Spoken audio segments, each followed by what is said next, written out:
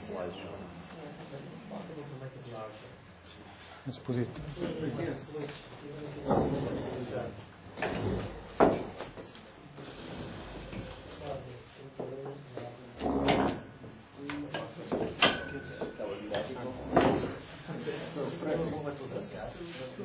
Anyway, why don't you put it down? Yes.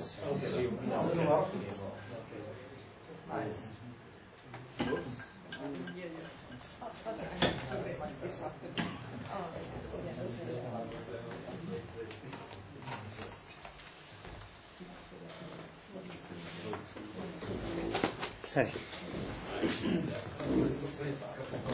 Couple minutes, okay.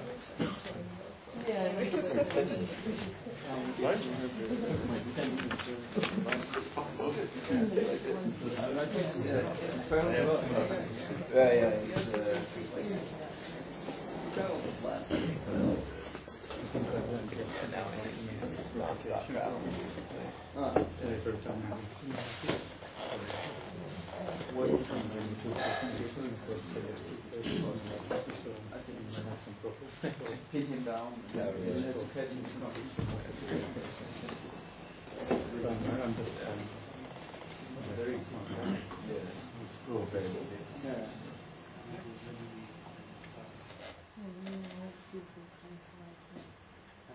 It's a great pleasure to have Alan Dorsey with us today.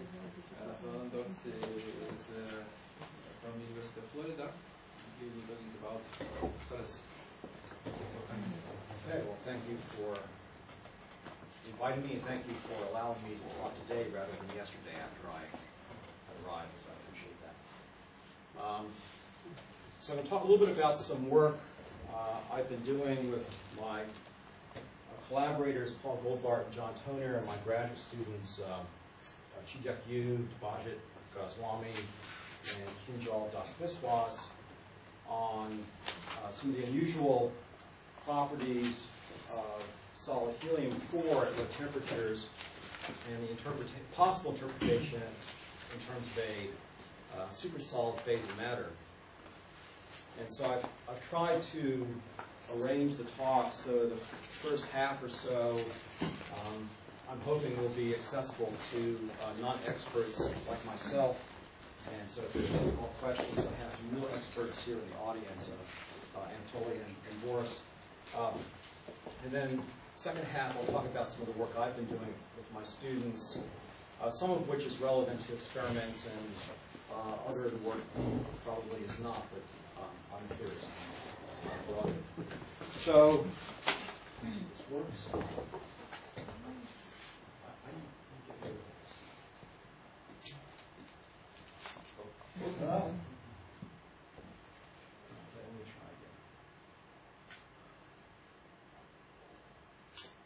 Okay, so one of the things I like to do when I travel is, I'm from the University of Florida, which is in Gainesville.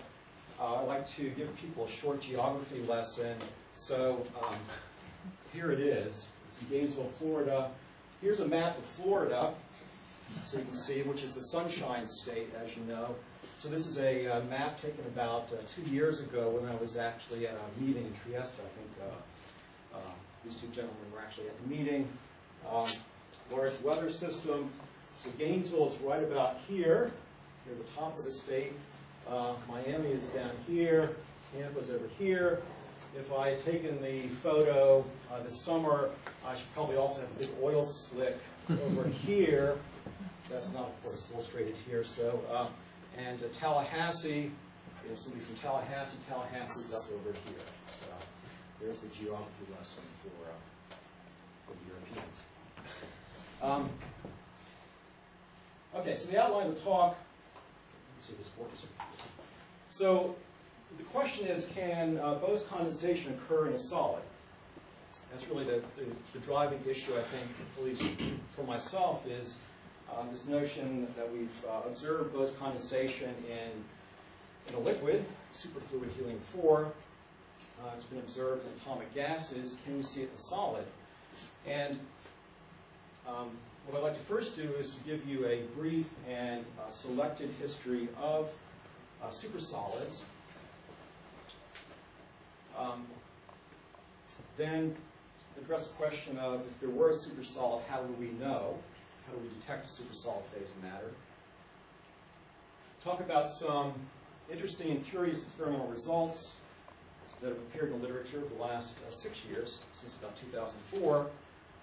Some torsional oscillator measurements which suggest anomalies in the moment of inertia of solid helium samples, which suggests a possible supersolid phase of matter. And so I'll talk about those experiments and some of the interpretations.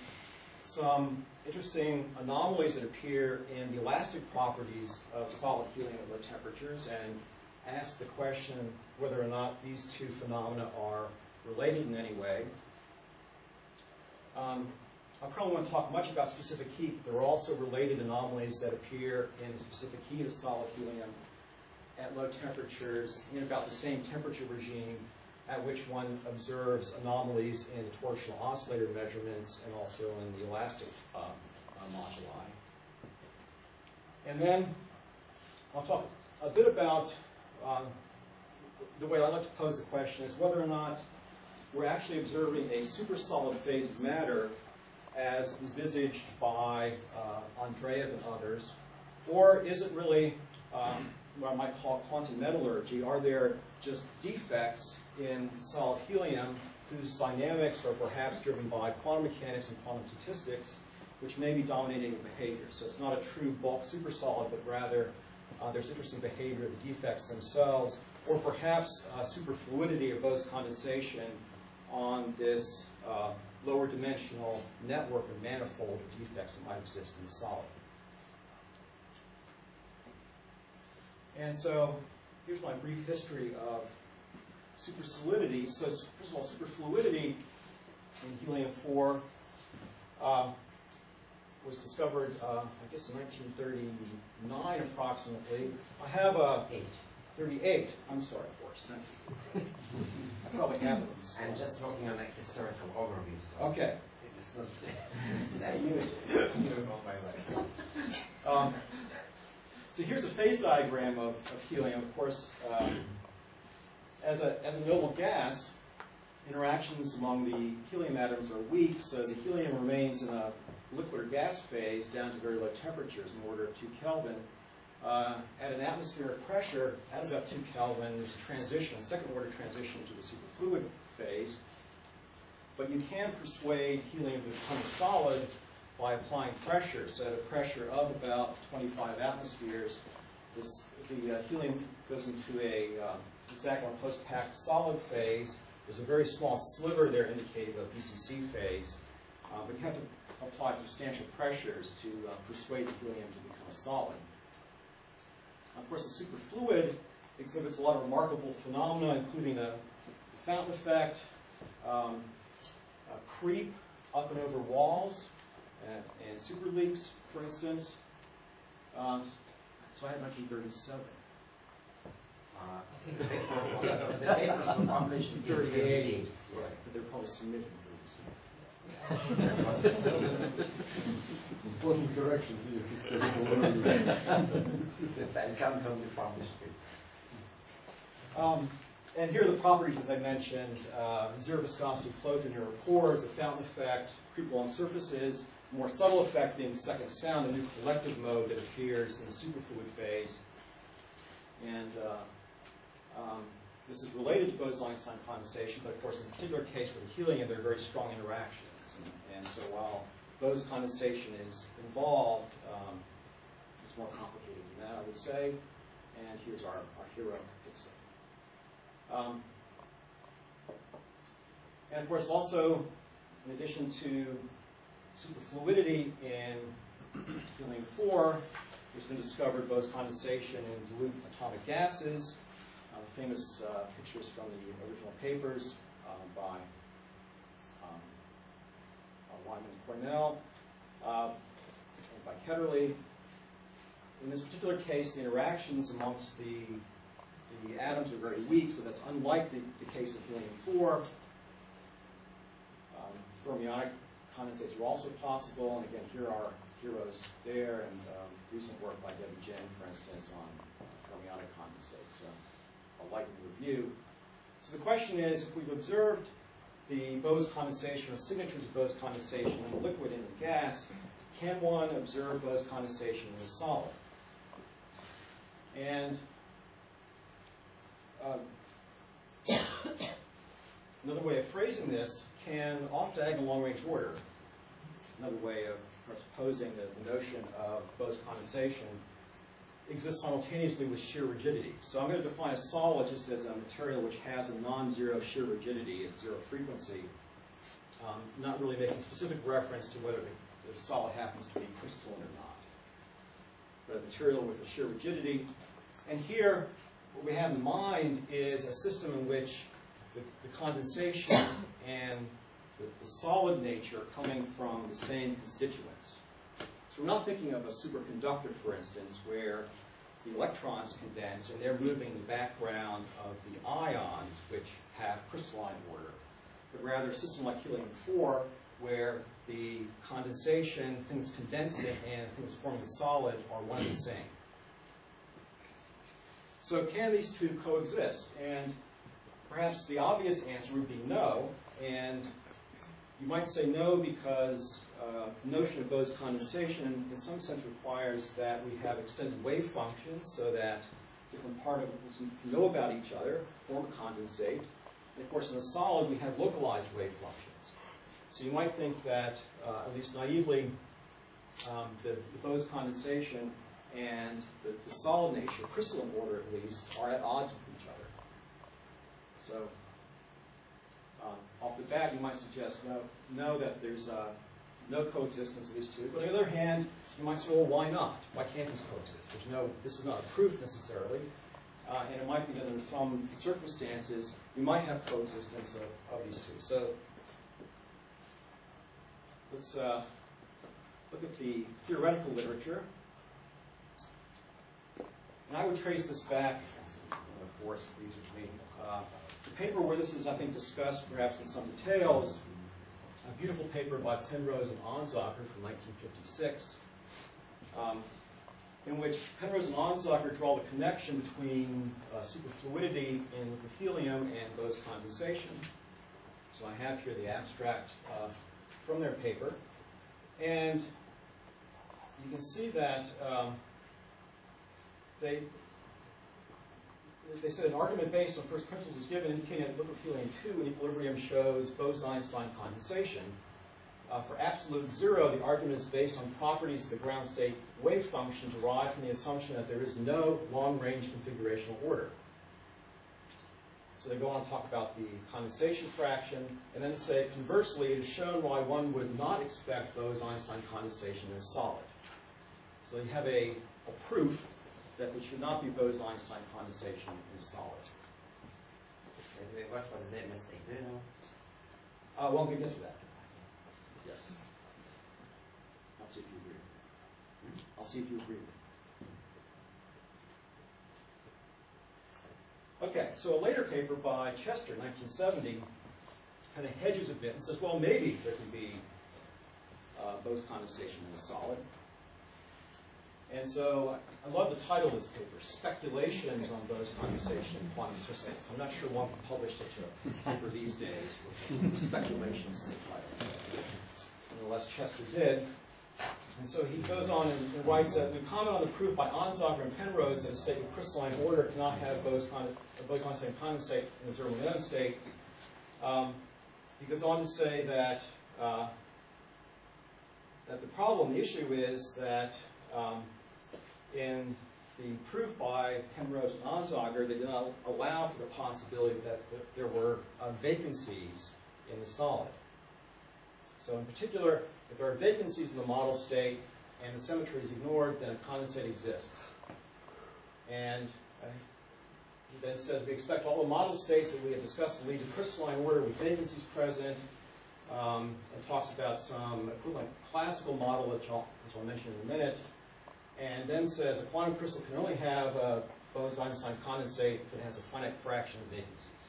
Okay, so essentially, Chester's saying, well, there could be this condensate, but only if we allow for the possibility that the solid, a crystalline solid, has some vacancies in it. Right, so, You Yeah. could have a finite density vacancy interstitial, so on average it's commensurate. On average, it could be commensurate. Could be commensurate, doesn't Yeah. have to be. I don't think that's necessary. But let me talk a bit about vacancies and interstitials. So we can change locally the density in a solid, in a lattice, in two different ways. First of all, we can compress or dilate the lattice. So if U is the displacement field for the particles in the lattice, the local density change is given by the divergence of the displacement field. So we could have a scenario like I've tried to illustrate here in the top figure, in which we can pull all the particles apart or push them together, and I get a local change in the density as a result of changes in the displacement field. But I could hold the particles fixed and remove one or add one. I can create a vacancy or an interstitial and also change the density. And in general, the total density change will be the sum of those two contributions. Changes from vacancies and interstitials, and also changes from compression or dilation of the lattice. Now, typically in a classical solid, the number of vacancies at low temperatures is very small. There's some Arrhenius behavior, there's some formation energy for the vacancies, but at low temperatures one expects an exponentially small number of vacancies in the ground state, or at low temperatures, and moreover in the ground state one would expect classically 0 vacancies. So the question is, does helium-4 have 0-point vacancies? Any way to understand that? So what would one precisely mean the vacancy at the temperature of 120?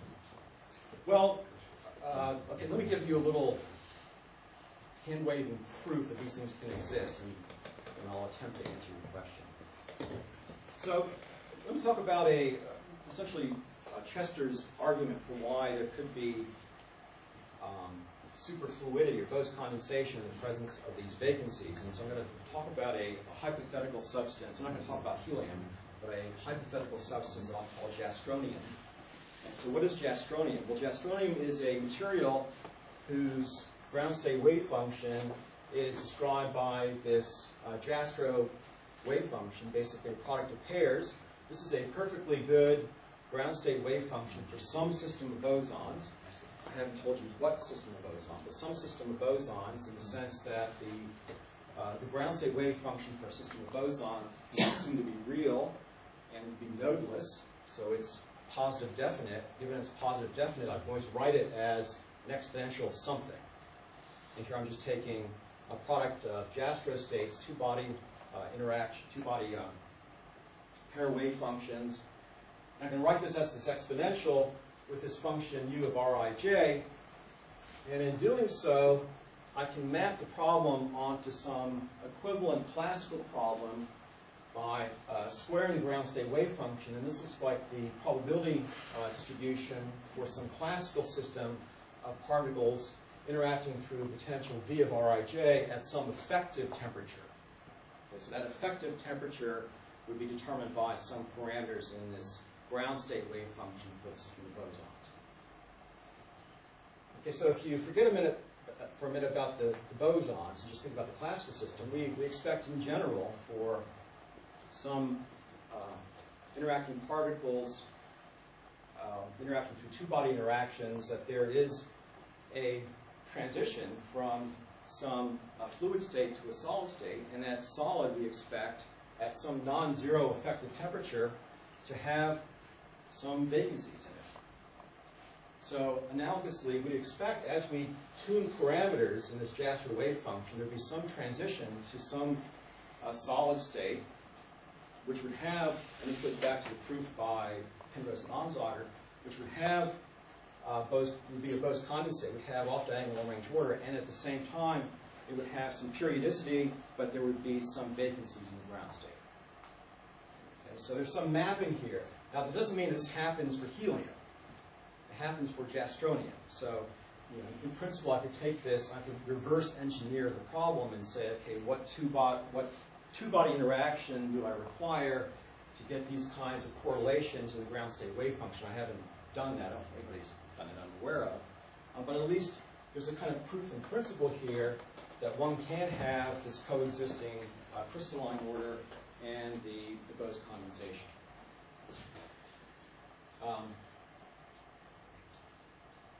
Now, so what about helium-4? And I think more recently, there's been a proof by Boris and by Nikolai Prokofiev that for helium with it's in a perfect crystalline order, there is no Bose condensation. I think that's the upshot of your proof, is it not? The general proof concern helium, it basically says that if you have a super solid, then you have either vacancies or interstitials or both. So basically, an error of Penrose and Ansagel was that by solid they actually took some very specific wave function which excluded vacancies and interstitials. That's why they ended up with absence of constraint. The theorem says that should be the vacancy or interstitial. A prime issue is how do you define vacancies and interstitials in the case of a commensurate solid. Speaking formally, that they are equal. That was the only delicate point, but you use just renormalization group to define the state with vacancies and interstitials. The rest is true. So Chester got it right when he pointed out the loophole, if you like, in the Penrose-Onsager proof. So if we have these vacancies or interstitials, likely vacancies in the ground state, how do we think about this new phase of matter? And that was really worked out in some detail by Andrei Lipschitz, in which one has these vacancies, since they're missing bosons in the lattice, the vacancies themselves obey Bose statistics. And so they form a dilute gas, which can itself Bose condense. And so Andrei Lipschitz then developed a theory for this, including the hydrodynamics, or some elements, some aspects, not completely, but some aspects of the hydrodynamics for this condensed phase. And there it is. And it's not something wrong. My photocopying skills are not very good, so it's not that your head is tilted, but rather it's just Alan, so now this previous transparency. So now this wave function, like in the quantum Hall effect, where you also use just for wave function, would give you like a Hall crystal or something like that, right? I guess under the right conditions you get a Hall crystal. I mean, if you let's say again lower the TF, so you get crystalline order, and then Hall physics comes along. Yeah, I mean this analogy with an equivalent classical system. I'm most familiar with the work by Bill McMillan, who exploited the analogy back in the 1960s to do a lot of nice Monte Carlo work to calculate a lot of ground state properties of helium-4. Classical Monte Carlo, not the quantum Monte Carlo particularly these days. All right. Okay, so how, if we had a supersolid, how would one detect it? How would we know if we had a supersolid? There's a very nice paper by Tony Leggett, again with an interesting title, Can a Solid Be Superfluid? Provocative. And what Tony proposed is that one should look for what he called non-classical rotational inertia. Much as one can detect the onset of superfluidity by non-classical rotational inertia, one should do the same thing for a solid. And the idea is simply that you take a solid, you would rotate it, you could then lower the temperature. You start up at a high temperature phase and lower the temperature. If you fall into the supersolid phase where you have the Bose condensation, the idea would be some fraction of the particle density would be this condensed phase and not participate in the rotation. And therefore you notice a reduced moment of inertia for the rotating system. So that's the short version of the non-classical rotational inertia. And you can see the most direct experiment look for it would be rotate a solid and form an annulus below its transition temperature, and then the apparent moment of inertia would be slightly less than the classical value. He then goes on to make some estimates about how large this non-classical rotational inertia should be. And I think the estimates, there's some problems with the way he chose to estimate things, and so I don't overline those parts of the paper, but rather the general idea of this as being a diagnostic for determining the existence of supersolid phase, I think is a very good one. Okay, so this will come up again repeatedly. So that in the community in which we're working, people now talk about the non-classical rotational inertia, or NCRI, is often plotted on various figures. That's going to be related to the superfluid density. To be honest, I think it's a little premature in the sense that I think there might be other explanations for the anomalies that have been observed recently in these inertia measurements, but nonetheless the term has stuck. So you'll see NCRI thrown about lots of the figures. That's non-classical rotational inertia as described originally by Leggett. All right, so here, let me see if I can get this to work. So here's a movie that was put together, I think, by the NSF. So it was on the NSF homepage, and this is their visualization of how non-classical rotational inertia is supposed to work. So let's see if I can get this to work. There we go. So there's an ordinary solid according to the NSF.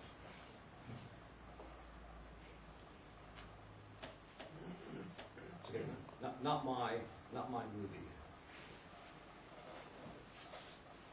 And then here is our supersolid. Now it's slightly misleading since the particles are not distinguishable, but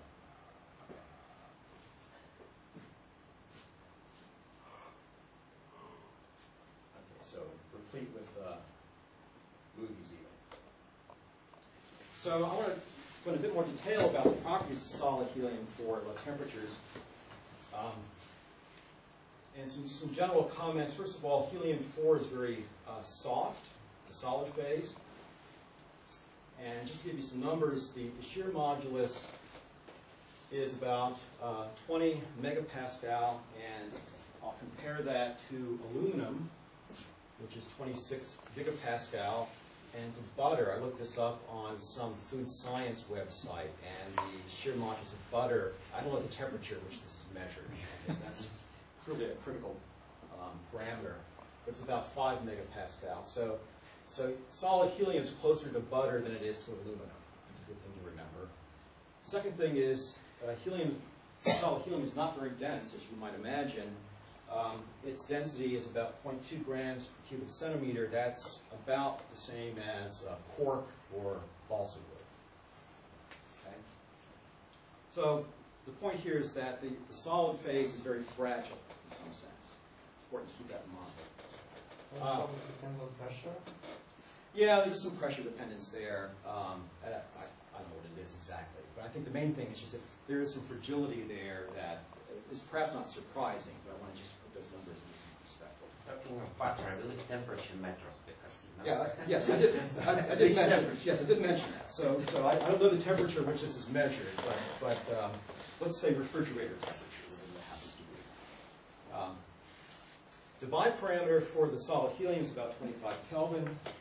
The Bohr parameter, which gives you some figure of merit for how quantum the solid is. So it's the Broglie wavelength divided by the range of the potential, roughly speaking. That's about 0.3, whereas solid argon has about 0.02. So solid helium is a quantum solid in that particular sense. It has a large Bohr parameter. And a rough summary of some of the experiments.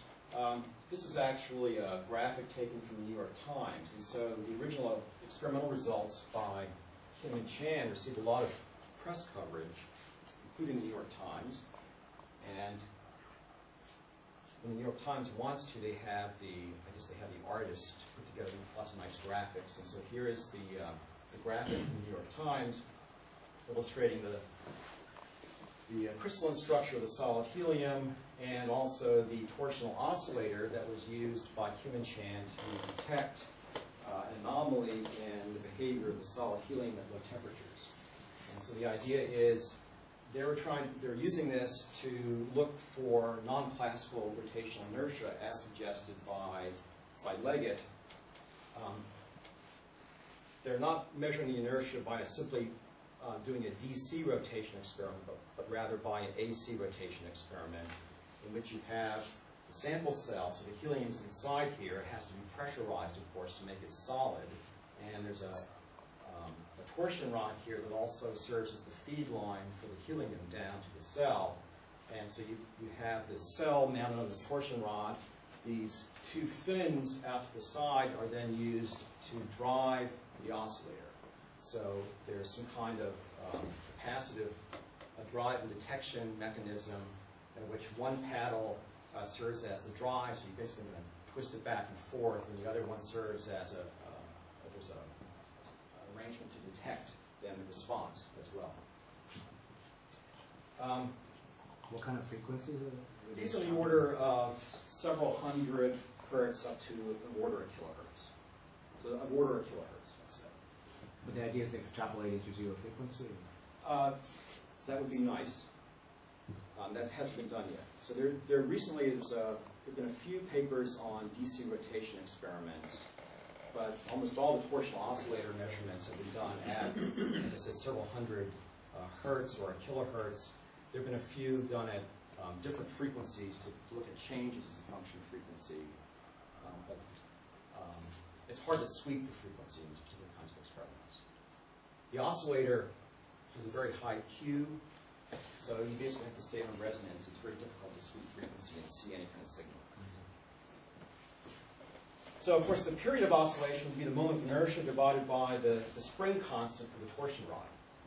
So what we're doing is we're going to look for changes in the resonant period which we would ascribe to changes in the moment of inertia. And here's the original data from the Penn State group. PSU is Penn State University, published in Science. There were follow-up articles in Nature and so on. Now this particular effect has been observed by a number of different groups around the world. So that was I think a concern initially is there's some problem with reproducibility, but that's no longer the case. There are lots of different groups who have observed the effect, different magnitudes under different kinds of sample preparation protocols, but nonetheless, there is an effect. And so, again, here's the experimental setup. You have your sample cell over here, in which you have the solid helium, which is in this angular channel. See, so the green is not the helium, it's that light blue color, it's the annulus. And there's a drive in one of the paddles on the oscillator cell, and then a way of detecting the response on the other paddle. And you measure the change in the period, you can see that this is in nanoseconds. So these are very small changes in the period that are being detected. They're very sensitive, brilliant experiments, really sensitive experiments to measure period changes that are this small. And these are period changes measured as a function of temperature. And these are different rim velocities. We don't have to go through the details here, but basically at low rim velocities, you can see a period shift on the order of 40 nanoseconds. And so this period shift was then ascribed to a change in the moment of inertia. And was then thought or interpreted as the onset of some supersolid behavior in the solid helium that's in this thin annulus inside the cell. So remember that most of the moment of inertia of the cell is the cell itself. The helium contributes very little. And moreover, it was thought that only a small fraction of the helium was condensing. So you're looking for very, very tiny changes in the period of the oscillator. Along with the changes in the period, one sees a signal in the amplitude as well, indicating that there's some dissipation. And so this is a so-called dissipation. If I flipped it upside down, it would be a dissipation peak. This is a little curious because you would be surprised, well, I am surprised still, that there would be dissipation associated with the onset of some kind of superflow, which was the original interpretation of the experiment. So I think this is still this is an interesting feature in the data that also has to be explained in addition to any kinds of changes in the period. You can't just ignore the amplitude changes or the dissipation and just focus on the period shift. I think one has to address both of these features in the data. All right. Question? Yes? I want to make sure I understand. So there is that TC where you start seeing this Yes. period shift, and then there's a temperature at which things flatten out. Yes. Right. And in the lower curve, the first thing is associated with a peak and the second is a dip. Down here, yes. Right. So this is the same scale, I imagine. Like the temperature scale is the same for The both. temperature scales are the same, I believe, yes. Yes. I Um, just plucked this directly from the Nature paper, or the Science paper, yes. Right, so the super solidity is ascribed to the first temperature? Yeah, so in other words, again, the period, the most, I would say, naive interpretation of the period shift is that it's due to a change in the moment of inertia, Right. a reduction in the moment of inertia. That would not explain why there was a change in the amplitude. Where there's a peak, yeah. Well, a dip in the amplitude, a peak in the dissipation. That's right. So you, No, but there's Yes. a peak. oh, okay. There's a Oh, peak. okay. So I mean, I guess what I'm thinking is that if I wanted to lead or mislead you, depending on my perspective, I would ignore all of the data to the right, and what I'm focusing on is what happens as the period is being reduced. You can see that at about the midpoint here, there's also this dip in the amplitude. So that's the feature I want to focus on. I think you were talking about this feature out here. Right. Yeah, that's some other kind of physics that perhaps needs to be explained as well, but we can't really focus on it so much. All the data that you see looks more or less like this. There are different sample preparation protocols. There are other issues that I'll come to in just a minute, but it all looks roughly the same. These curves, if I sit in talks given by an experimentalist, they'll throw up one picture after another that looks just like this, and they're blurred to me. They all kind of like that. Alan, can you, Yeah. what's the definition of an amplitude? That's the So you're measuring the amplitude at the detection device right here. So you're driving it. It's a driven oscillator. oh, I see. It's a driven harmonic oscillator, and so you're So one means what? So what's one?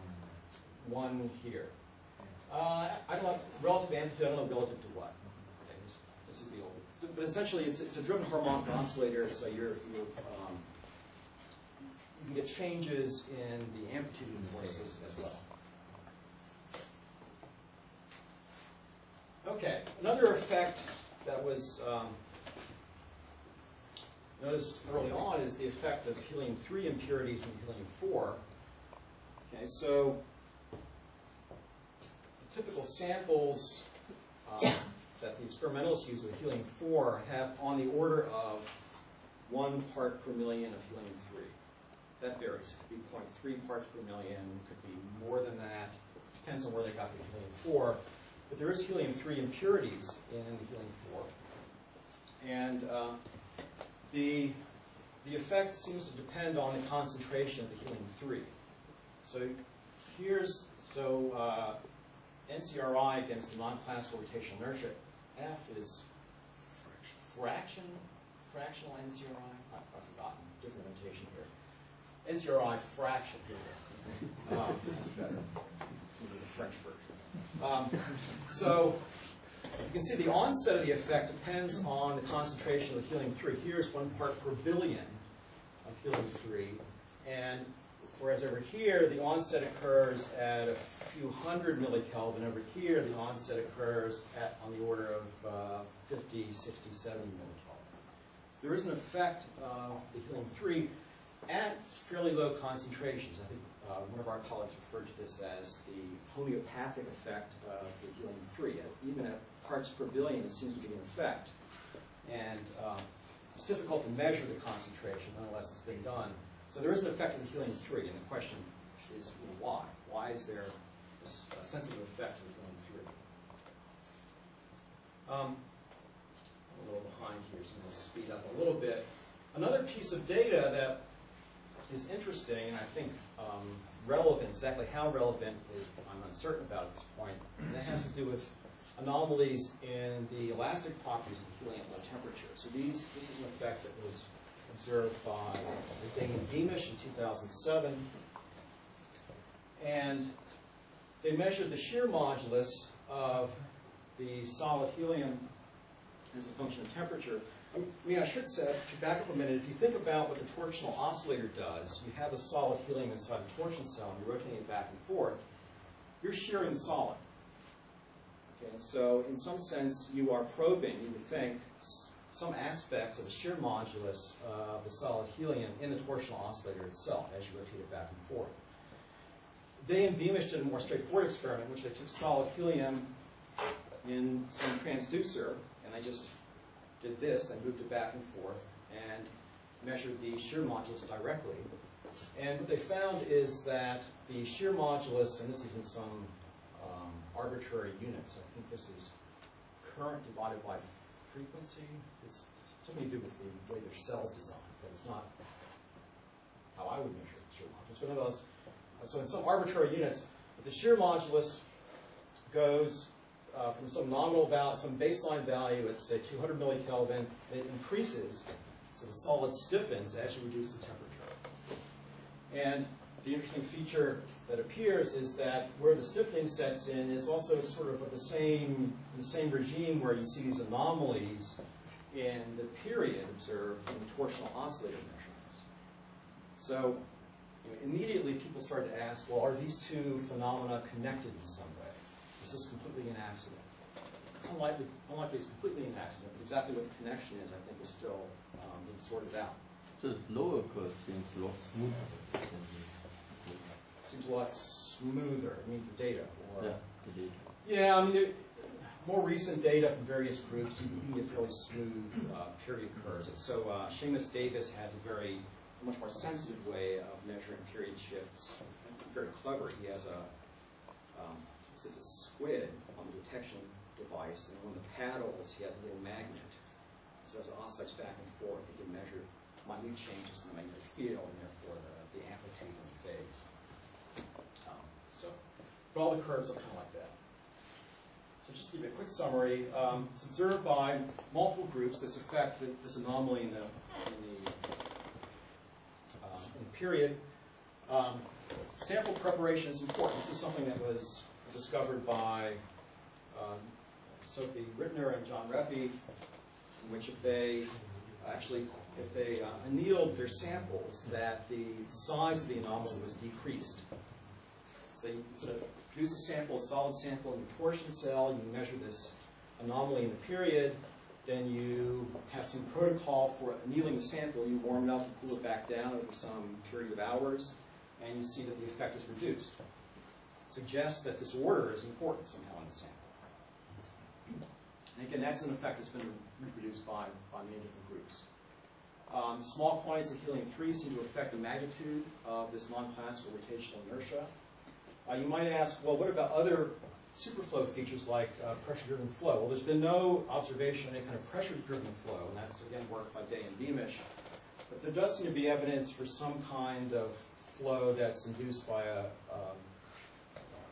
difference in chemical potential, and that's work by Ray and Halleck, and using something that's called the UMass sandwich, which sounds yummy, but is actually some geometry that they've developed to try to push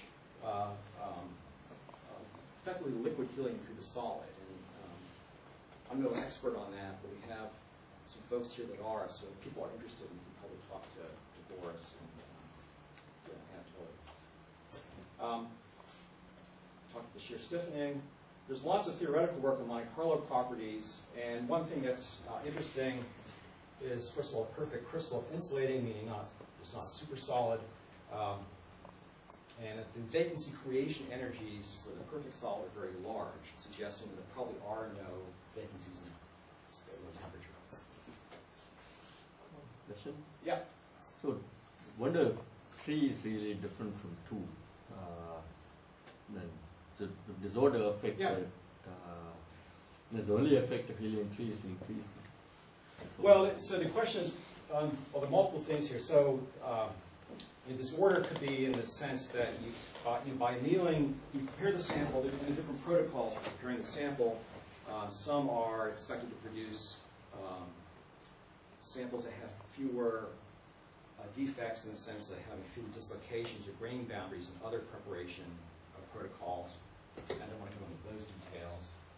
The idea might, if you believe that the defects are important, let's say dislocations, then it could well be the case that the helium-3s are there to sort of pin the dislocations in various ways. And so this is the metallurgical aspect.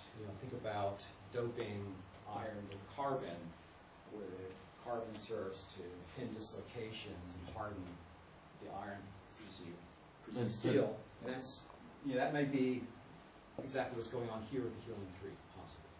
And so it's supposed to imagine that somehow it's the motion of dislocations that's giving you the... Well, it could be. It could be that that's coupled somehow to some superfluid properties. And what else, if I get a chance, what I'll talk about is that there might be superfluidity that lives on the dislocations themselves. Even if it's not in the bulk, it could be that there's the possibility of superfluidity along the dislocations or on grain boundaries, for instance. I mean, if you have dislocation, you have vacancies, interstitials. Yes, you do. That's right. That's right. And there are connections between the climb of those dislocations, which is only there when you have vacancies, interstitials, and possible superfluid properties. And this is some very nice Monte Carlo work that Anatoli's done, and so-called superclimb behavior. So there might be aspects of that going on. Okay. I didn't want to talk about critical velocity. One of the interesting experiments, aspects of the experiment I didn't really talk about is in this annular geometry. So you have the annulus of the solid helium-4, and you see this anomaly in the period as a function of temperature. One of the control experiments that Kim and Chan did is they blocked the annulus. So in other words, they inserted a piece of metal that turned the solid helium from being annular into C-shaped. And when they did that, they observed that the period shift went away. So this to them was evidence that there was some kind of superflow around the annulus. And once you block that, it went away. There are other interpretations possibly, but that's one of the experiments. It's hard to explain by other kinds of mechanisms that don't have flow involved in some way. So I'll come back to that in a bit. Let me talk a bit about interpretation of the torsional oscillator. So again, here's our... It's an AC flow, isn't it? It's an AC flow, so it's more complicated. Yeah. That's right. So one of the things I want to talk about is what's actually being measured in the torsional oscillator. I mean, I think the idea from the start was that the torsional oscillator is just measuring the inertial properties, the moment of inertia. And of course, you can do the same kinds of measurements with superfluid helium, in which you do see changes in the period. So if you can put superfluid helium into a torsion cell and you rotate it back and forth, the normal component, the helium-4, is entrained by the walls of the container. There's some viscous penetration depth into the body of the sample, but the superfluid component is unaffected. So you do, in fact, see an anomaly in the period when you change the temperature for the superfluid. And so I think it was kind of assumed that the same thing would be true for the solid phase as well. But the solid is more complicated. Solid is solid, for starting. So one has to understand what is the response of just a solid inside a torsional oscillator. And of course, we have a simple forced harmonic oscillator where the inertial part is the moment of inertia of the cell plus that of the helium. And what we're doing is looking for changes in the period which have been measured and then have been ascribed to the moment of changes in the moment of inertia of the helium itself.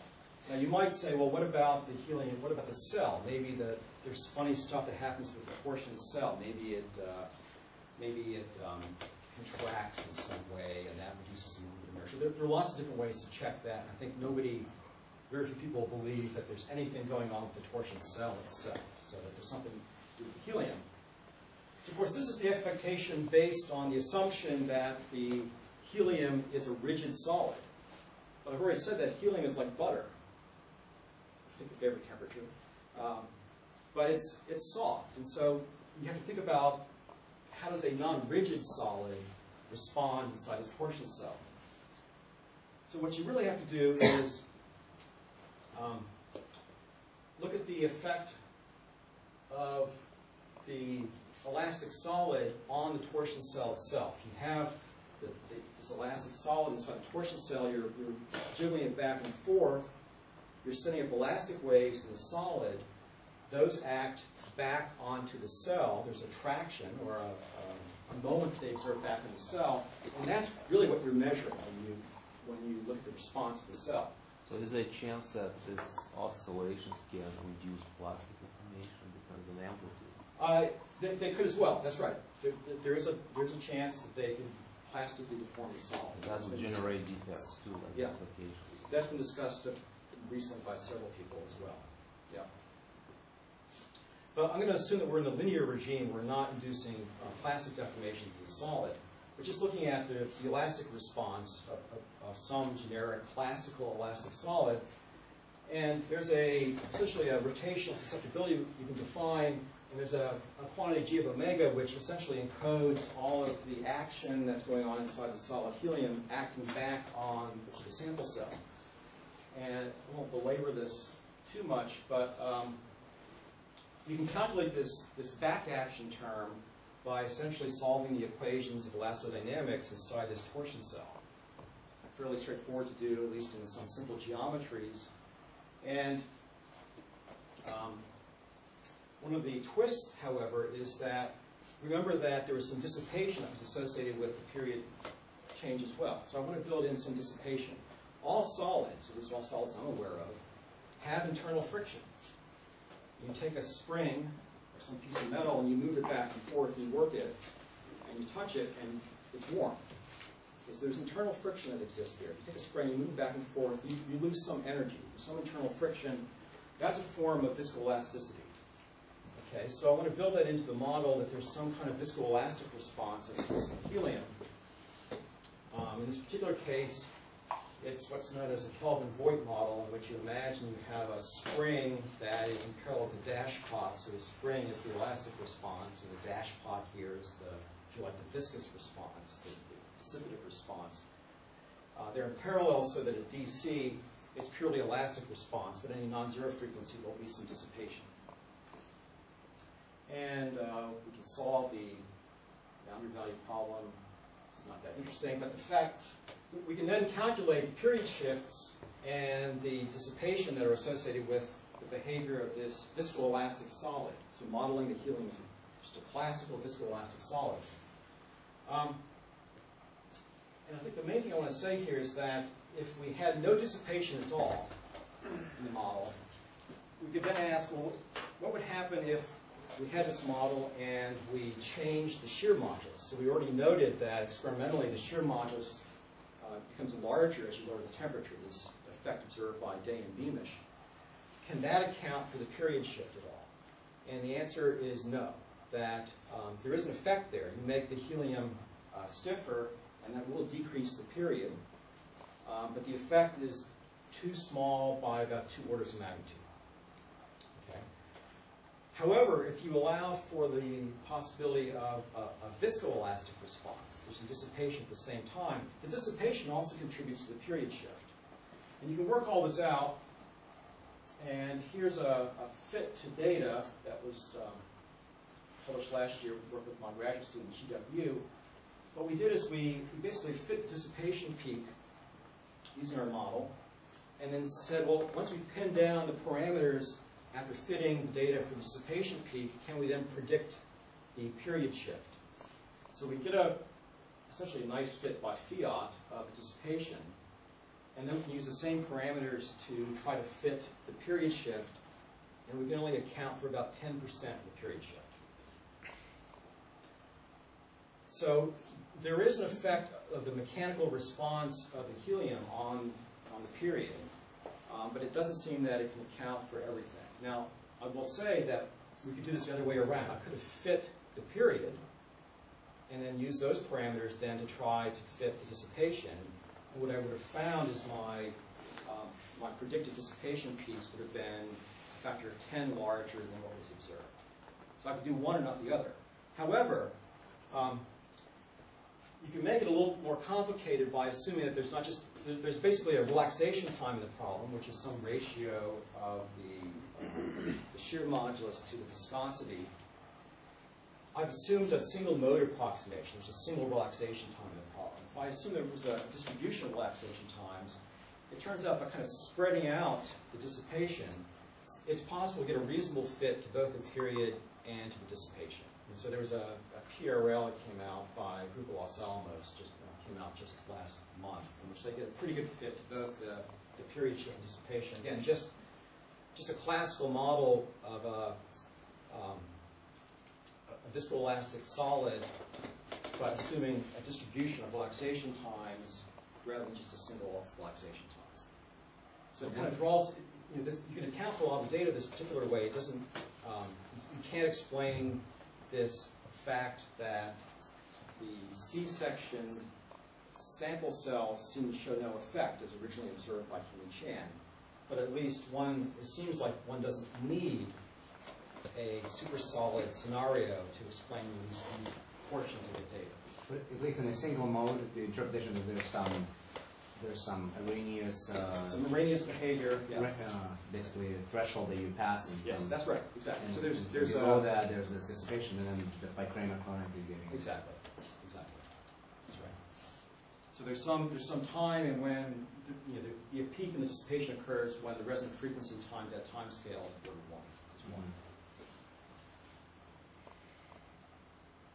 1. So I'm going to try to accelerate here a little bit.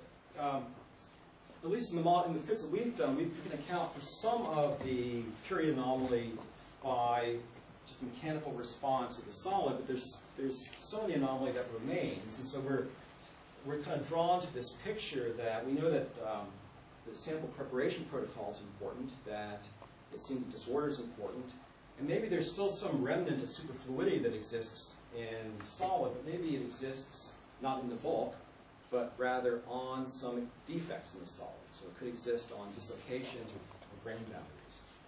And so what I want to tell you about, for a few more minutes, about work we've done to try to understand within a phenomenological framework the superfluidity that might exist on dislocations. There's been other work, first principles Monte Carlo calculations, and I think there's similar kinds of questions as well.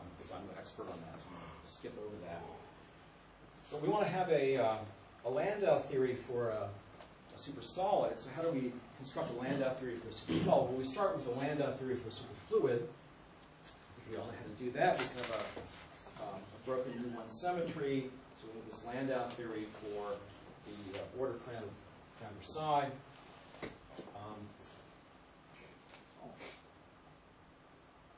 And the question is, in the presence of the solid phase, how do we modify that? Well, we have these other Goldstone modes, the phonons in the solids. We have to think about how to couple those modes to the superfluid order parameter, if you like. And there's a work that I did with Paul Goldbart and John Toner a few years ago, in which essentially the coupling comes through some effective TC, which is strain dependent. That's sort of the simplest way to think about this. You have a TC, and it kind of varies from point to point in the sample depending on the local strain that exists. And so that's the most relevant coupling in a normalization group sense, is that coupling between the strain tensor and psi squared. And there are lots of predictions that arise from this for the bulk system, none of which have been observed in any experiments, and so I don't think this is necessarily relevant to this set of experiments. But if it were a bulk supersolid, then one would expect anomalies in the specific heat, and also anomalies that are then reflected as anomalies in the sound velocity as well. why isn't it just the divergence? Is because and I thought they were crystal? Yeah, that's right. So how different is A1 from? Yeah. So for a uniaxial crystal like the helium, there would be. I see. There's like UZZ. And there's a UZZ as well. And UII purpose. That's right. So this is the most general form, but if you want to ignore that, this could just be the divergence of U, and that's good enough for government work. So that's like magnetoelastic term. It's a magnetoelastic term, exactly. So typically that leads to the first order transition. It can. It depends. This is it depends on the specific heat exponent. So. Okay, so yeah. Excuse me. So your model of this coupling between superfluidity and dislocation, I mean this kind of shear. Yes. Is that kind of like constraining what should be giving rise to superfluidity? Well, so I'm doing phenomenology. So first of all, I have no control over the parameters.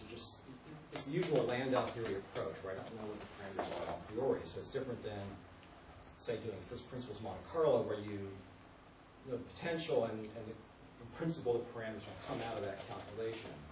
But they're constraining. The constraints I'm imposing are just those that I've imposed from the symmetries of the problem, essentially. All right, so I want to change gears slightly, which is now ask what happens if I have dislocations which are quenched into the solid. Okay, well, I can take the same model as before, but rather than just having phonons, I put into the elastic field of the solid, I put dislocations. And so, again, those produce a critical temperature that is position dependent, but is static. So it's not fluctuating. So I'm going to imagine that these are just static dislocations. And of course, these dislocations produce long-range strains, and they can have a significant effect on the transition properties for the superfluid sector. And the way to really understand that is what we want to do is go through and look at the effect of the dislocations on the transition temperature for the superfluid. And we would do that by looking at the linearized, well, I mean, from this free energy, I could write down the Lagrange equations, look at the linearized versions of that, look at their eigenvalues, and from that I can then determine how the critical temperature has been shifted due to the presence of the dislocation. Okay, so there's an eigenvalue problem there I have to solve, and it turns out that that eigenvalue problem in the presence of an edge dislocation is identical to solving the Schrödinger equation for a particle in a two-dimensional dipole potential, which is non-trivial because it's not a central potential, so we did some numerical work. There's the dipole potential. The point is this potential has a repulsive segment and an attractive segment. It's a dipole. So the net effect is that there are always bound states in this potential. And then when you reinterpret that in terms of the Landau theory, what this tells you is that the dislocation, edge dislocation, always promotes superfluidity. There's a nucleation temperature which is above the bulk ordering temperature, so that if you were to have a dislocation in the supersolid, the superfluidity would always nucleate first on the dislocation. So therefore, it's possible that even if the critical temperature for the bulk solid were 0, you could still have superfluidity in the dislocation. So the dislocations promote the superfluidity. What's the size of the core of the dislocation? The size is microscopic. You know, it's on the order of a few lattice spaces, presumably.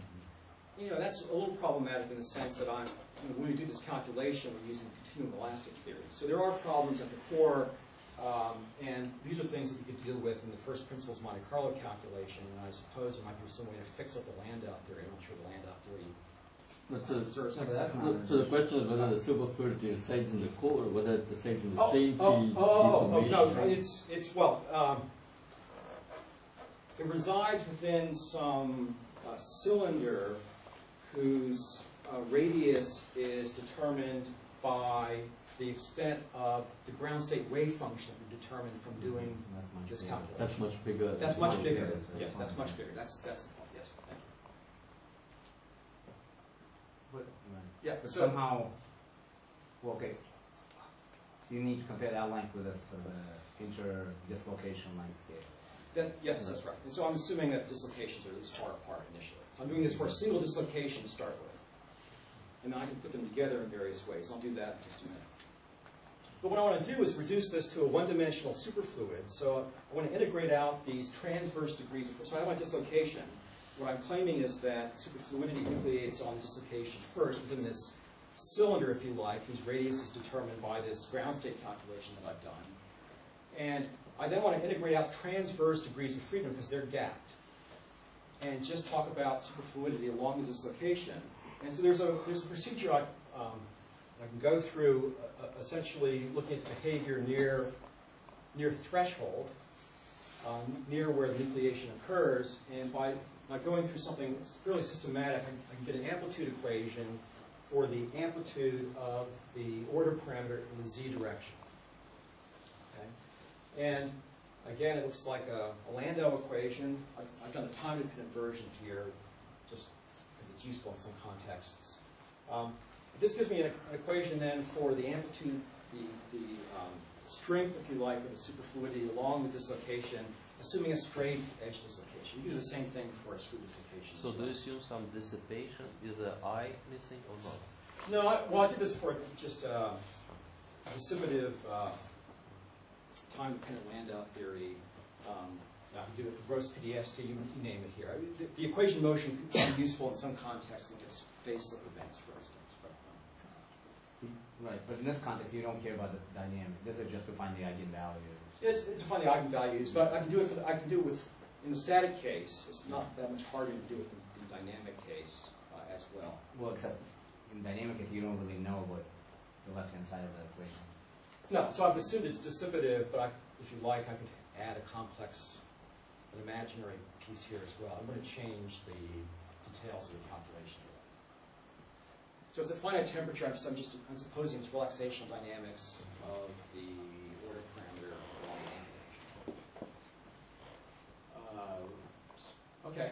And so basically what I can do is, if you like, derive what's known as the Shoshenko model in this particular literature, which is a network model for the superfluidity. So the idea is you have some network of dislocations. They overlap at certain points. And you want to kind of reduce this model that I have for the Landau theory coupled to the dislocations to some simpler, lower dimensional network model. Okay, so what I have now is I have the superfluidity living on these dislocations, and in the end what I want to do now is integrate out the dislocation itself and just focus on the nodes in this network. And this was done by Shoshenko, and also later by a slightly different form by John Toner. So we look at the coupling that exists between two different sites in this network due to the, well, of course, a one-dimensional system is not superfluid, but there is some persistence of that order over some distance. There's some correlation length, which is non-divergent in the one-dimensional case. And so what I can do is look at the effective coupling between two nodes, in the end deriving what would be an XY model for this network. What happened at a node? So I'm imagining there's some intersection of dislocations that occurs within some length scale that's not particularly well defined, but that there's some kind of entanglement of dislocations, and I just want to focus on the points where these things cross. But I mean, in this model, you don't need to touch each other because if the Then, wave function that's right. has a That's right. standard. Exactly. As long as they're within this correlation, No this overlap. transverse correlation length, then that's good enough. So I want to calculate a phase stiffness, and I do that by basically integrating out the superfluidity along the dislocation, which I can do, and then I get effectively an XY model with a phase stiffness, and this is the important part, which is exponentially sensitive on the separation between the sites. Okay, so there's this factor Jij goes as 1 over sinh of L C is the one-dimensional correlation length for the one-dimensional superfluid, which is finite. It's never divergent. It's just some number that you can in principle calculate. So L is the separation between the nodes, and that's going to depend on the dislocation density. So the point here is that the Jij, which will determine if there is a transition to a supersolid phase in this network, Jij will determine as Tc. The Tc we expect to be exponentially sensitive to the density dislocation. Okay, so that's kind of the idea here. So this psi will be strongly temperature dependent. It will as well, yeah. Yeah, so I mean, there are two factors contributing. I guess I'm choosing to sort of look at the behavior as a function of the dislocation density, but you're right, there's also another temperature dependence that's buried in the psi as well. What is L? So the Tc has to be sort of self-consistently determined. Yeah, that's right. It would have to be self-consistent. That's exactly right. So L is the separation between two nodes in the lattice. So I could mimic this by having a regular lattice, just a cubic lattice to start with. And L would then be set by, in an actual sample, by the dislocation density of the sample. So this is just kind of a way of determining how the transition temperature might depend on the dislocation density. So there's this exponential sensitivity on the dislocation density.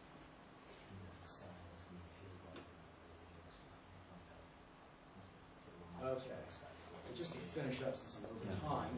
So, so dislocation of both solid may have a superfluid core. This comes out of the Landau theory, but it also has been observed in path integral Monte Carlo calculations.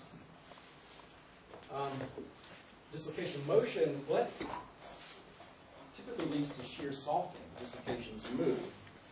So there's some idea that this increase in the shear modulus at low temperatures observed by Day and Beamish is due to pinning of dislocations. That would be the most natural interpretation. But as I said before, the simple models I've made of the sort of viscoelastic response of the helium, I can account for part of the period shift, but not all of it. So maybe there's some kind of super behavior that's still occurring, perhaps a superfluid behavior where the superfluid is living on this lower dimensional manifold with defects. And I've kind of sketched out a calculation that might lead to a model where you can understand some of the physics there, essentially deriving this Shevchenko model that's been discussed previously in the literature. And there's still a question, though, if the dislocations that you pin as you raise the temperature, how does the motion of the dislocation, if it happens to have a superfluidity living around it, how does that affect the superfluid response? But surely there's also the reverse effect. If the dislocation core has superfluidity, then there's a lot of damping of the motion of the dislocation. Yes. So one might have thought that would, if there is this nucleation of superfluidity, it leads to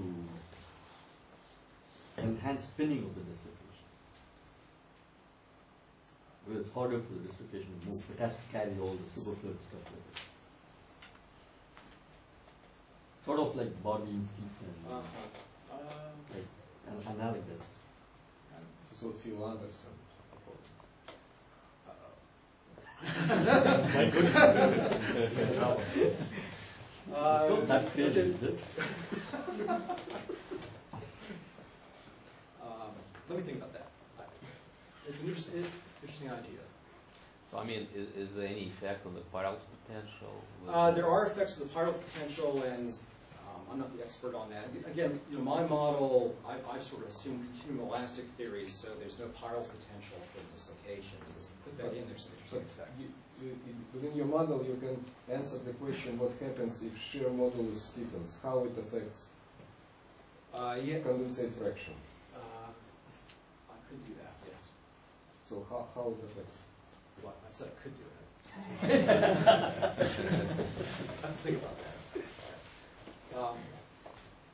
Dislocation is also combined solute atoms, the helium-3 impurities. And so I mention that because there is an anomaly observed in the specific heat. Now that's been explained away in various ways, but it still may be that the helium-3, if it binds to the dislocations, it of course pins the dislocations, but as you raise the temperature, you can imagine a scenario in which the helium-3 atoms then boil off the dislocations.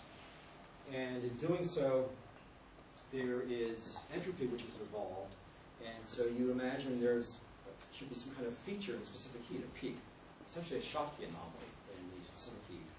There was some evidence for that in some earlier specific heat work, but now at least it's thought that the feature in specific heat might be better interpreted as a signature of phase separation of the helium-3 from the helium-4. So there's still some funny business with the specific heat that I don't claim to understand.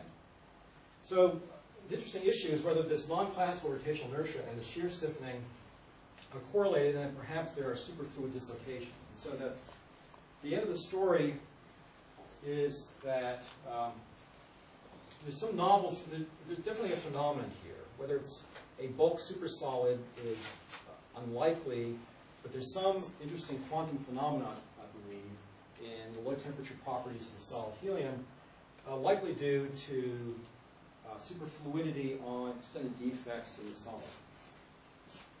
And that somehow, again, I don't have the explanation, but somehow the superfluidity is then coupled to the dynamics of these defects. And of course, the motion of the defect is impeded by the presence of the impurities, the helium-3 impurities.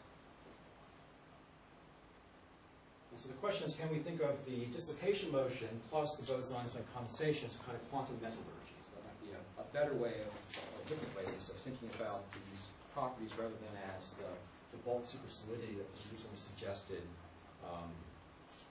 when this effect was first measured in 2004.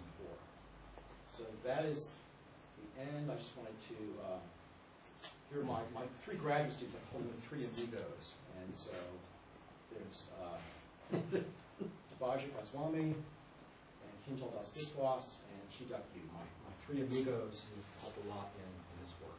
All right, so thank you.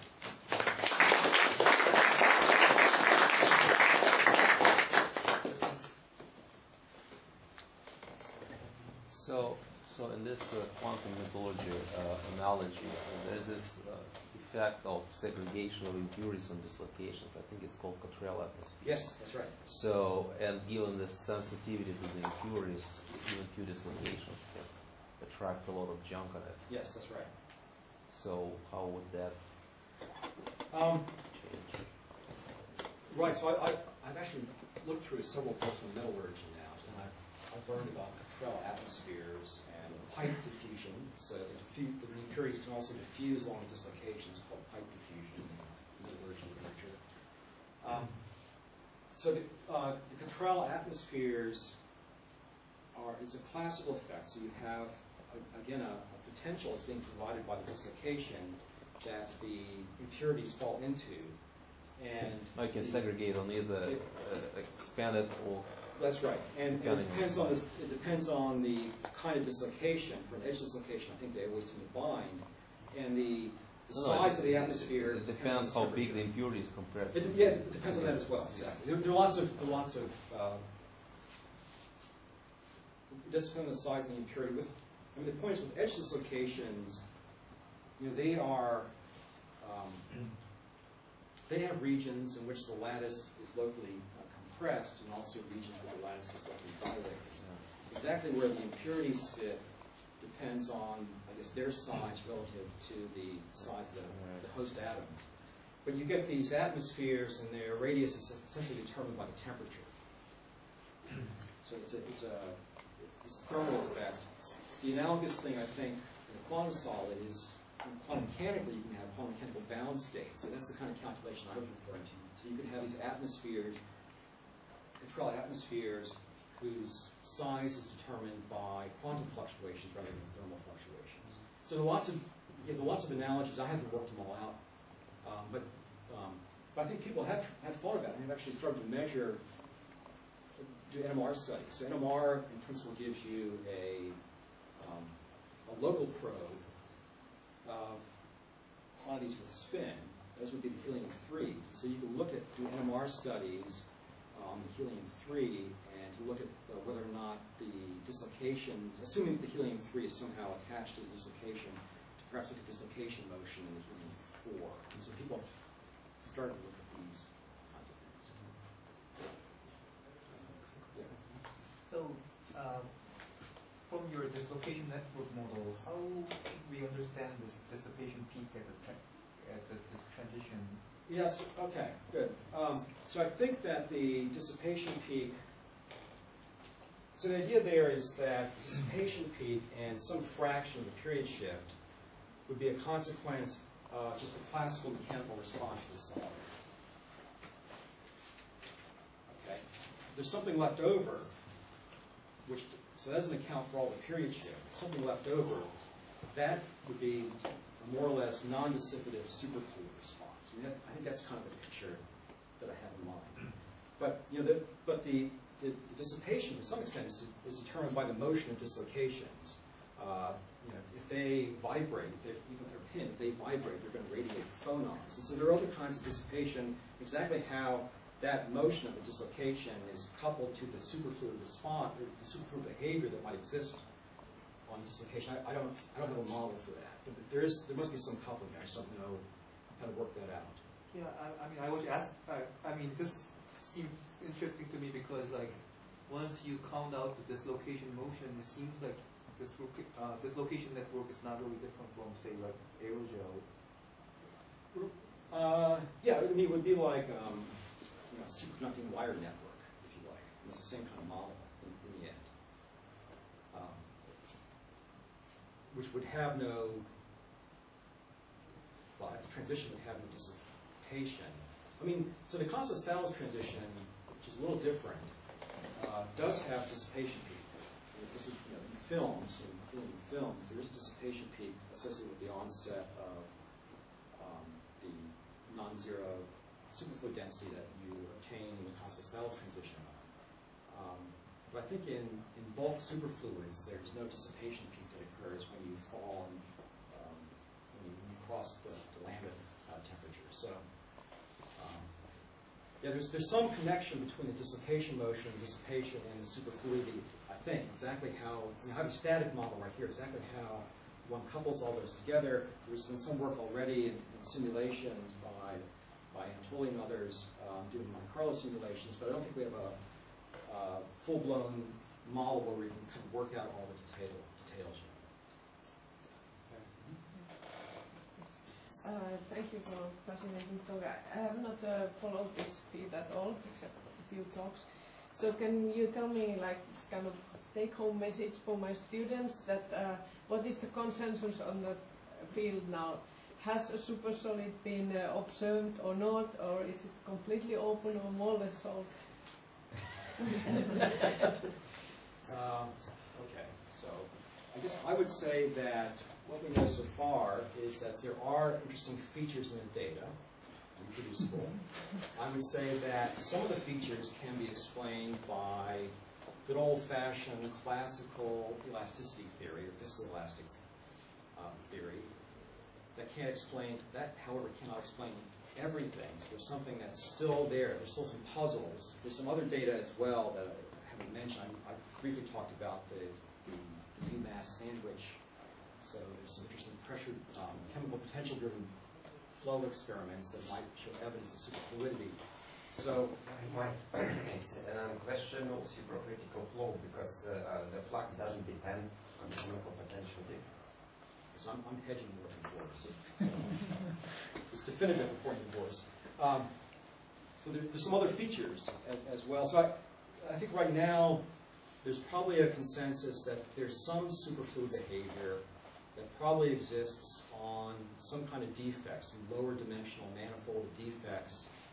Exactly how those are coupling to the dislocation motion, pinning, and so on, that's still unresolved and not really well understood. Would you agree with that, Boris? I would say that for me it's not at all clear whether in torsional oscillators people see superfluidity. Yeah. It can easily be that in torsional oscillators people do not see superfluid, or the superfluid pattern is tiny as compared to purely mechanical effect, which we do not understand. In my opinion, we do not understand just what's going on in torsional oscillator at all. But in terms of this UMass sandwich, what comes without saying is just that there is a flux which doesn't depend on chemical potential difference. By definition, it's super phenomenon. and some other effect, like isochoric compressibility, which is even more interesting than superfluidity itself, because it's just a kind of synergy between superfluidity of the force of dislocation, it's our explanation, and the climb dislocation. So that's what we call early quantum metallurgy, when you have a synergy between superfluidity, between something early quantum, into something which comes from metallurgy. Something engineers. Yeah, but in terms of torsional oscillators, I would say that the question is open, and it's quite likely, given recent results, say by Brett, that the phenomenon has nothing to do with superfluidity at all. Or maybe indirectly. Or maybe indirectly. Maybe through somehow other indirectly, mechanisms. but Was that a take-home message? Oh, yes.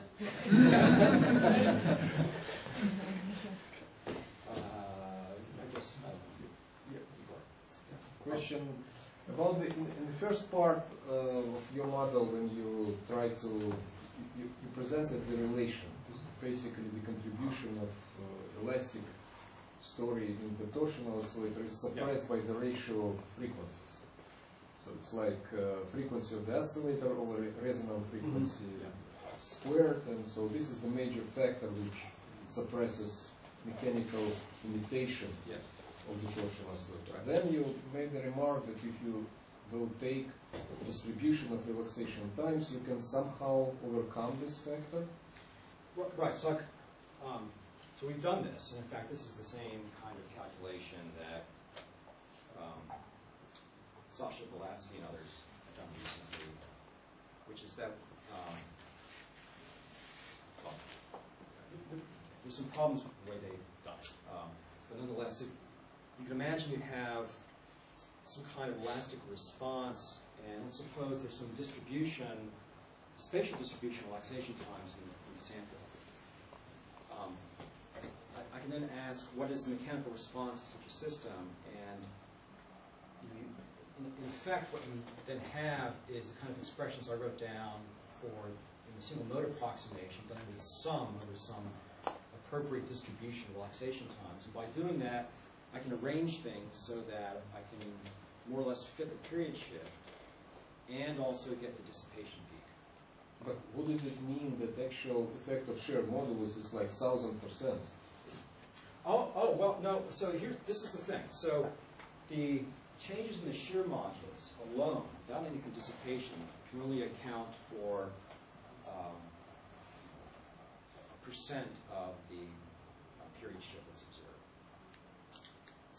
This is kind of a detail, so maybe we can talk about it later. I mean, essentially, there are two different things going on. There's delta mu over mu, the fractional change in the shear modulus. That's an order of percent. But you can also change as a function of temperature this relaxation time. That turns out to be a change of order 1.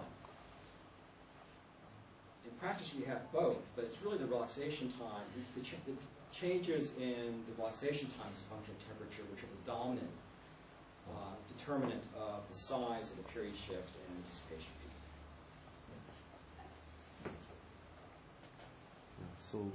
So you mentioned this dislocation network on it has a TC. Can you estimate how much it is? Well, how big is that?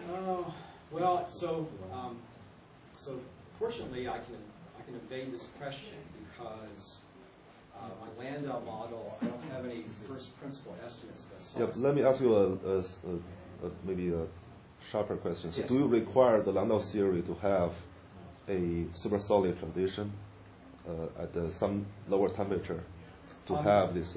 Right, you don't require it in the sense that you could have the bulk mean field TC be 0 to negative, and you can still have nucleation temperature be positive, because these eigenvalues are such that the T dislocation is always sitting above the bulk TC.